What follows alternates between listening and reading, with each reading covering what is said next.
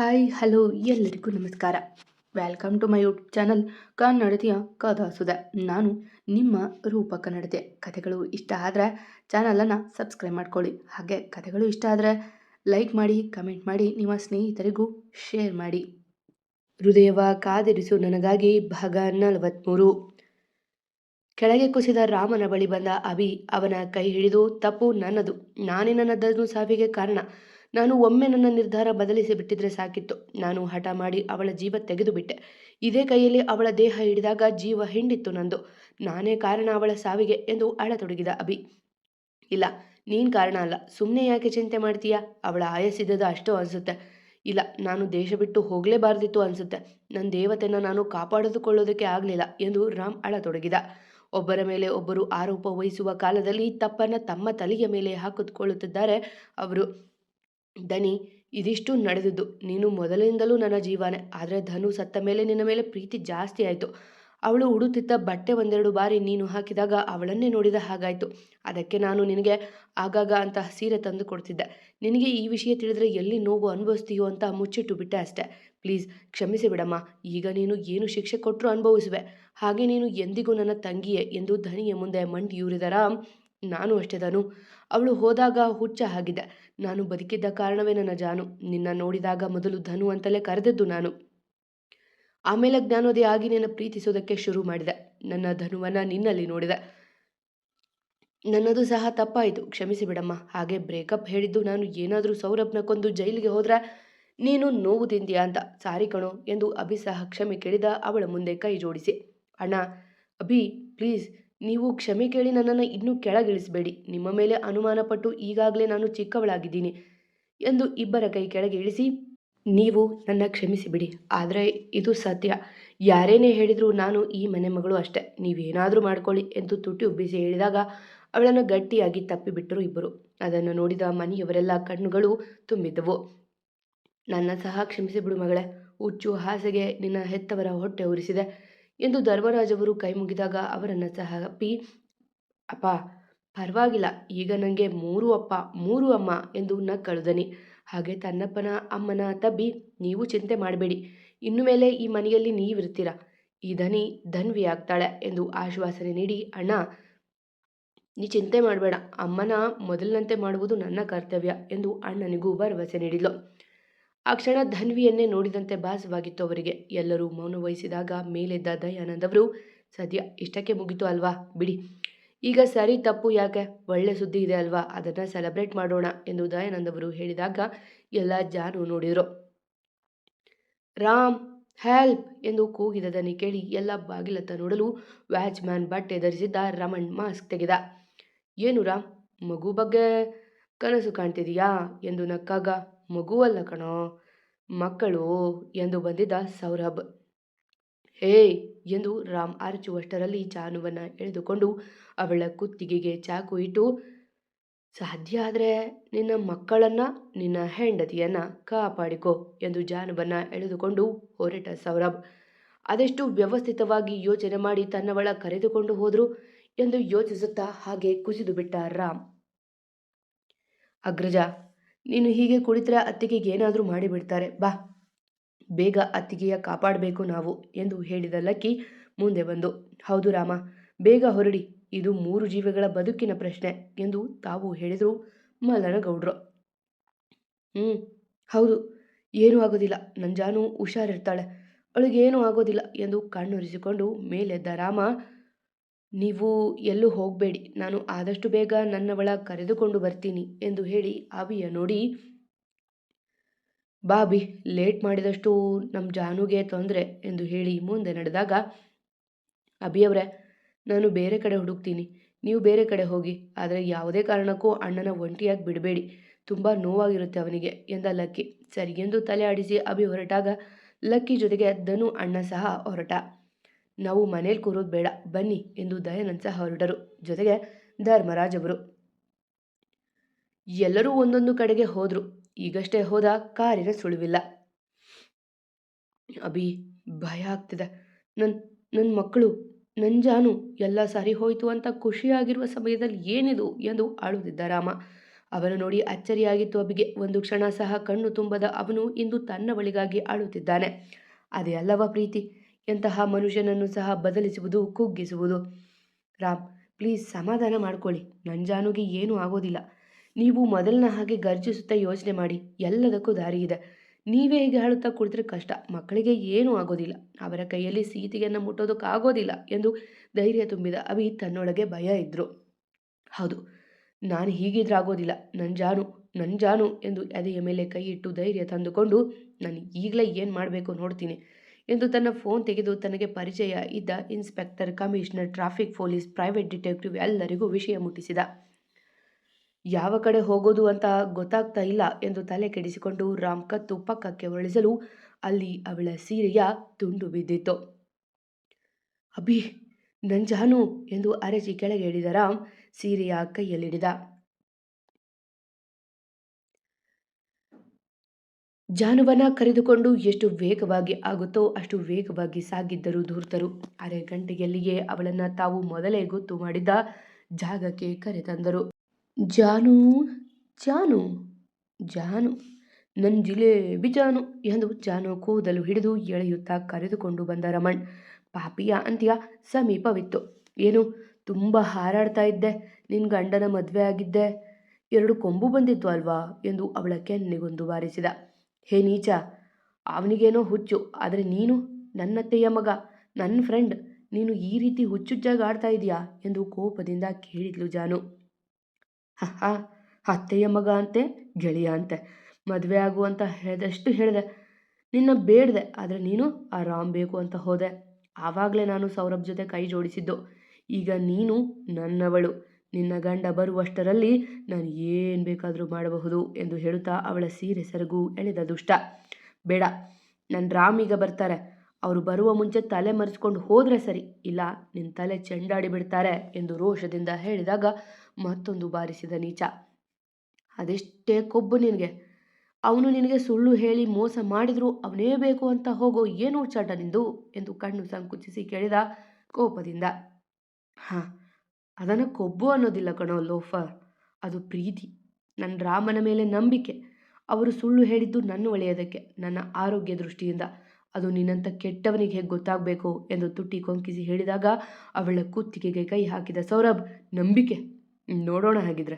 ಅವನು ಬರುವಷ್ಟರಲ್ಲಿ ನಿನ್ನ ಹೊಟ್ಟಿಗೆಯಲ್ಲಿರೋ ಈ ಪಿಂಡಗಳು ಎಲ್ಲ ಮಣ್ಣು ಪಾಲಾಗದಿದ್ರೆ ನೋಡು ಎಂದು ಅವಳನ್ನು ನೆಲದ ಮೇಲೆ ಮಲಗಿಸಿದ ಬಲವಂತದಿಂದ. ಬೇಡ ಕಣೋ ಸೌರಭ್, ನೀನು ಒಮ್ಮೆ ಧನು ಮೈ ಮುಟ್ಟಿದ್ದಕ್ಕೆ ನಿನ್ನ ಮೇಲೆ ಕಡಿಮೆ ಆಗೋದಷ್ಟು ಕೋಪ ಇದೆ ಅವರಿಗೆ. ನೀನೀಗ ನನಗೆ, ನನ್ನ ಮಕ್ಕಳಿಗೆ ಏನಾದರೂ ಮಾಡಿದರೆ ಸರಿ ಇರೋದಿಲ್ಲ ನೋಡು ಎಂದು ಹೇಳಿದಾಗ ಕೋಪ ತಾರಕಕ್ಕೆ ಏರಿತ್ತು ಅವನಿಗೆ. ಇಷ್ಟೊಂದು ಕೊಬ್ಬು ಇಳಿಸಲೇಬೇಕು ಎಂದು ಹೇಳಿ ಅವಳ ಬಟ್ಟೆಗೆ ಕೈ ಹಾಕಿದ್ದೆ ತಳ್ಳಿಬಿಟ್ಟಳು ಅವನ. ರಮಣ್, ನಿನ್ನ ಕೆಲಸ ಶುರು ಹಚ್ಕೋ, ನಾನು ಕೈ ಹಿಡಿದುಕೊಳ್ತೀನಿ. ಎಷ್ಟು ಸ್ಯಾಕ್ಸಿಯಾಗಿದ್ದಾಳೆ, ಇವತ್ತು ಮನಸೋ ಹೆಚ್ಚ ಅನುಭವಿಸಿಬಿಡೋಣ ಎಂದು ಸೌರಭ್ ಹೇಳಿದಾಗ, ಅಫ್ಕೋರ್ಸ್ ಇವಳ ಈ ಬ್ಯೂಟಿಗಾಗಿ ಇಷ್ಟು ದಿನ ಕಾದಿದ್ದು ಎಂದು ಹೇಳಿ ಅವಳ ಬಟ್ಟೆ ಮೇಲೆ ಸರಿಸಲು ಹೋದಾಗ ಕಾಲಿನಿಂದ ಅವನ ಮರ್ಮಾಂಗಕ್ಕೆ ಒದ್ದಳು ಜಾನು. ಅಮ್ಮ ಎಂದು ಅವನ ನೋವಿನಿಂದ ನರಳುವಾಗ ಎದ್ದು ಓಡಿದ್ಲು.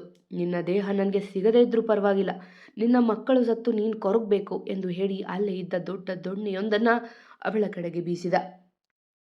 ಅವನ ನಡೆ ನಿರೀಕ್ಷೆ ಮಾಡಿದ ಜಾನು ಅಲ್ಲಿಂದ ತಪ್ಪಿಸುವಷ್ಟರಲ್ಲಿ ಆ ದೊಣ್ಣೆ ಅವಳ ಹೊಟ್ಟಿಗೆ ತಲುಪಿತ್ತು. ಅಮ್ಮ ಎಂದು ಜಾನು ಅರಿಸಿದರೆ ರಕ್ಕಸರು ನಗುತ್ತಿದ್ದರು ಅವಳನ್ನು ನೋಡಿ. ಜಾನು ಸೀರೆಯ ತುಂಡು ಹಿಡಿದು ನೋಡಿದ ರಾಮ್. ಬೆಳಗ್ಗೆ ಅವಳುಟ್ಟ ಸೀರೆಯೇ ಅದು. ತಕ್ಷಣ ಅಭಿಯತ್ತ ನೋಡಿ, ಅಭಿ, ಇದು ನನ್ನ ಜಾನು ಬೆಳಗ್ಗೆ ಹಾಕಿದ್ದ ಸೀರೆ, ಇದು ಇಲ್ಲಿ ಅಂದರೆ ನಂಗೆ ಭಯ ಆಗ್ತಿದೆ ಎಂದು ಹೇಳುತ್ತಾ ಸುತ್ತ ಕಣ್ಣಾಡಿಸಿದ. ಆಗಷ್ಟೇ ಕಾರೊಂದು ಹೋಗಿರುವ ಟೈರ್ ಮಾರ್ಕಿತ್ತು ಅಲ್ಲಿ. ಈ ಕಡೆ ಯಾವ CC ಕ್ಯಾಮ್ರಾ ಇದೆ ಫಸ್ಟ್ ಚೆಕ್ ಮಾಡಬೇಕು ಎಂದು ಹೇಳಿ ಅಲ್ಲೇ ಇದ್ದ ದೊಡ್ಡ ಹೋಟೆಲ್ ಒಂದರ ಒಳಗೆ ಹೋದರು. ನನಗೆ ಈಗಷ್ಟೇ 1/4 ಗಂಟೆಗೆ ಮುಂಚೆ CC ಕ್ಯಾಮ್ರಾ ಫುಟೇಜ್ ಬೇಕು, ಅರ್ಜೆಂಟ್ ಎಂದು ಕೇಳಿದ ರಾಮ. ಹಾಗೆಲ್ಲ ಯಾರಿಗೋ ಕೊಡೋದಕ್ಕಾಗೋದಿಲ್ಲ ಎಂದು ಅವರು ನಿರ್ಲಕ್ಷ್ಯ ತೋರಿದಾಗ ಅವನ ಮುಂದೆ ಜೇಬಿನಲ್ಲಿದ್ದ ಕಾರ್ಡ್ ತೆಗೆದು ಇಟ್ಟು, ಇದರಲ್ಲಿ ನಿಮಗೆ ಎಷ್ಟು ಬೇಕೋ ಅಷ್ಟು ತಗೊಳ್ಳಿ, ನನ್ನ ಜೀವನದ ಪ್ರಶ್ನೆ ಪ್ಲೀಸ್ ಎಂದು ಕೇಳಿದಾಗ ಹಣ ನೋಡಿ ಬಾಯಿ ಬಿಟ್ಟವರು ತಕ್ಷಣ CC ಕ್ಯಾಮ್ರಾ ಫುಟೇಜ್ ರಿವೈಂಡ್ ಮಾಡಿ ತೋರಿಸಿದರು. ರೆಡ್ ಕಲರ್ ಕಾರ್ ಒಂದರಿಂದ ಸೀರೆ ಹೊರಗೆ ಬಂದಿತ್ತು. ಟ್ರಾಫಿಕ್ ಸಿಗ್ನಲ್ ಬಿದ್ದಿದ್ರಿಂದ ಅವಳು ಆಚೆ ಯಾರಾದರೂ ಸಹಾಯ ಮಾಡುತ್ತಾರಾ ಎಂದು ನೋಡುವಾಗ ಅವಳ ಕೈ ಹಿಡಿದು ಒಳಗೆ ಎಳೆದುಕೊಳ್ಳುವಾಗ ಅವಳ ಸೀರೆ ಪಕ್ಕದ ಕಾರಿಗೆ ಸಿಲುಕಿ ಕಿತ್ತು ಬಂದಿತ್ತು. ಅಭಿ ಅಭಿ ನಾವು ಬೇಗ ಹೋಗಬೇಕು. ನನ್ನ ಜಾನುಗೆ ಅದೆಷ್ಟು ಹಿಂಸೆ ಕೊಡ್ತಿದ್ದಾನೋ ಆ ಪಾಪಿ ಎಂದು ರಾಮ್ ಹೆದರಿ ಹೇಳಿದಾಗ ಅವನ ಭುಜದ ಮೇಲೆ ಕೈ ಇರಿಸಿ, ದೇವರಿದ್ದಾನೆ, ಆ ದೇವರಲ್ಲಿ ನಾನು ಹರಕೆ ಮಾಡಿದ್ದೀನಿ, ನೀನು ಹರಕೆ ಮಾಡ್ಕೊ, ಆದಷ್ಟು ಬೇಗ ಜಾನು ಸಿಗಲಿ, ಮಕ್ಕಳಿಗೂ ಏನೂ ಆಗದೆ ಇರಲಿ ಅಂತ ಎಂದು ಹೇಳಿದಾಗ ಕಾಣದ ದೇವರಿಗೆ ಕೈ ಮುಗಿದು, ದೇವ್ರೆ, ನನ್ನ ಜಾನು ನನ್ನ ಮಕ್ಕಳು ಹುಷಾರಾಗಿ ಮನೆ ತಲುಪಿದ್ರೆ ನಾನು ನಿನ್ನ ಸನ್ನಿಧಿಯಲ್ಲಿ ಉರುಳು ಸೇವೆ ಮಾಡ್ತೀನಿ. ಒಂದು ದಿನ ಪೂರ್ತಿ ಉಪವಾಸ ಇದ್ದು ನಿಮ್ಮ ಸೇವೆ ಮಾಡಿ ಕೊನೆಗೆ ನಿಮ್ಮ ಸನ್ನಿಧಿಯಲ್ಲೇ ನೆಲದ ಮೇಲೆ ಊಟ ಮಾಡ್ತೀನಿ. ಇದು ನನ್ನ ಜಾನು ನೋಡಿ ಕಲ್ತಿದ್ದು. ಪ್ಲೀಸ್ ದೇವ್ರೆ, ಇದಕ್ಕೂ ಮಿಗಿಲಾಗಿ ನನಗೇನು ಗೊತ್ತಿಲ್ಲ. ನನ್ನ ಜಾನು ನನಗೆ ಬೇಕು ಎಂದು ದೇವರ ಬೇಡುತ್ತಿದ್ದಂತೆ ಅವನ ಫೋನ್ ರಿಂಗಣಿಸಿತು. ಹೇಳಿ ಸರ್, ಏನಾದರೂ ಎಂದು ರಾಮ್ ಕೇಳುತ್ತಿದ್ದಂತೆ, ಹೌದು ಸರ್, ಲೊಕೇಶನ್ ಸಿಕ್ಕಿದೆ ಎಂದು ಹೇಳಿದಾಗ ಖುಷಿಯಿಂದ ಅಪ್ಪಿ ಬಾ ಬೇಗ ಎಂದು ಓಡಿದ ಕಾರ್ ಕಡೆಗೆ.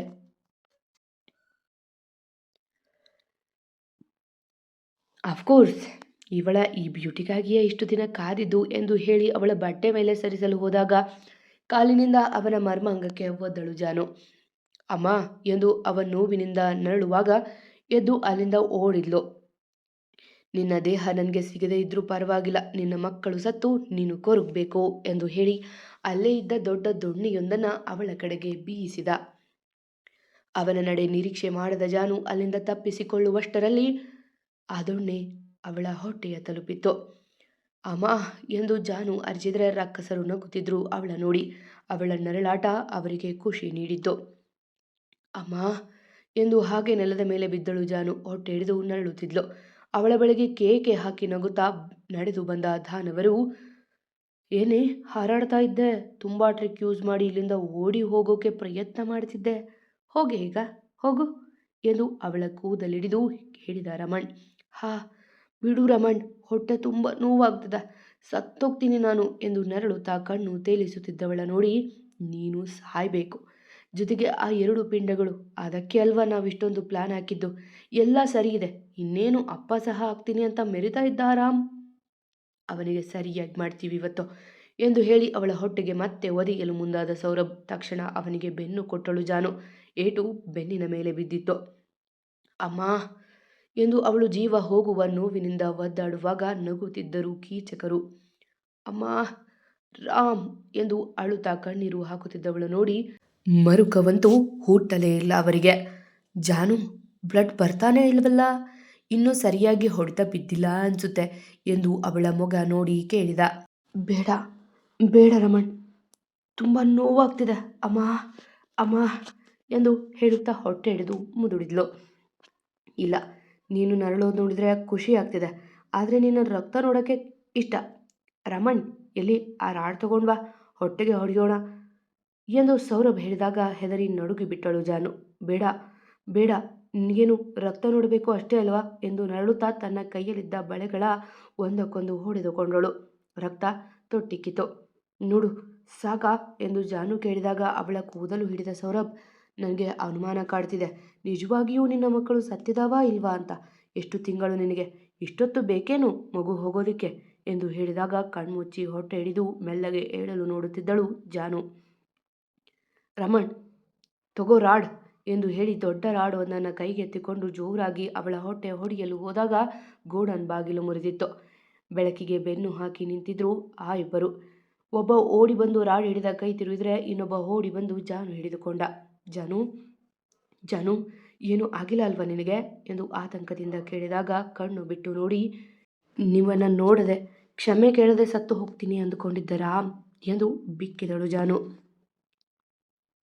ಜಾನು, ನಿನಗೇನೂ ಆಗೋದಿಲ್ಲ, ನಾನು ನೋಡ್ಕೋತೀನಿ, ನಾನಿದ್ದೀನಿ ನಿನ್ನ ಜೊತೆ ಎಂದು ಅವಳನ್ನು ತೋಳಿನಲ್ಲಿ ಹೊತ್ತುಕೊಂಡಿದ್ದೆ. ಲವ್ ಯು ರಾಮ್ ಎಂದು ಮೆಲ್ಲಗೆ ಹೇಳಿ ಕಣ್ಣು ಮುಚ್ಚಿದ್ಲು ಜಾನು.